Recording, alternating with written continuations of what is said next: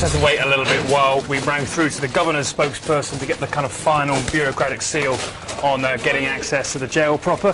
So these two American gentlemen are just helping us get inside to the cell where the tunnel actually began.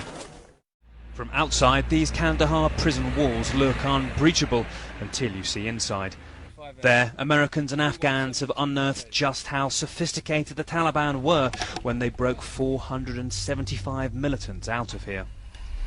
The narrow tunnel doesn't travel straight, but has support beams, a tube to feed in oxygen, light fittings, and the dirt was wheeled out on trolleys.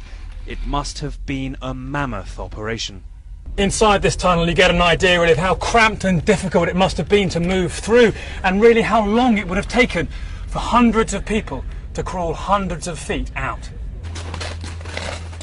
We go inside and enter where the Taliban were held, the political bloc, wondering exactly how did no one notice the months-long operation.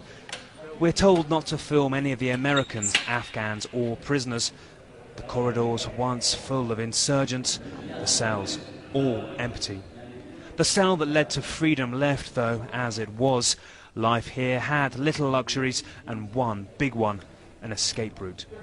Well, the concrete on the floor of the cell is 2 or 3 inches thick, and it would have been literally impossible for somebody digging upwards to have broken through it. So investigators believe that people inside the cell must have finished off the tunnel. Nobody wants to talk. Nobody here was on shift that night, they say. Was he here that night? If the general comes, he replies, he'll punish me for letting you in here for a long time. Well, we're not quite sure why, but in the last 5 minutes, both the Americans and the Afghans have told us to leave. So we're going to do that. We look for where the tunnel emerged. It is inside this house, the hole in the back of a front room now filled in. Well, once the prisoners had emerged from the tunnel into the compound here, they faced 2 choices for how they could leave. One is a door in the corner over there, and that leads out onto a canal. Not very useful for the minibuses they apparently escaped on.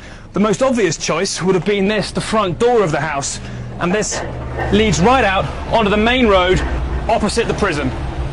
Yes, the house is less than 100 feet from the prison's main gate, but still, the Taliban had to be stealthy. This mast is from a heavily armed American military base just down the road. And in the end, even the Americans also didn't notice the huge tunnel below until it found light at its end, until it was too late.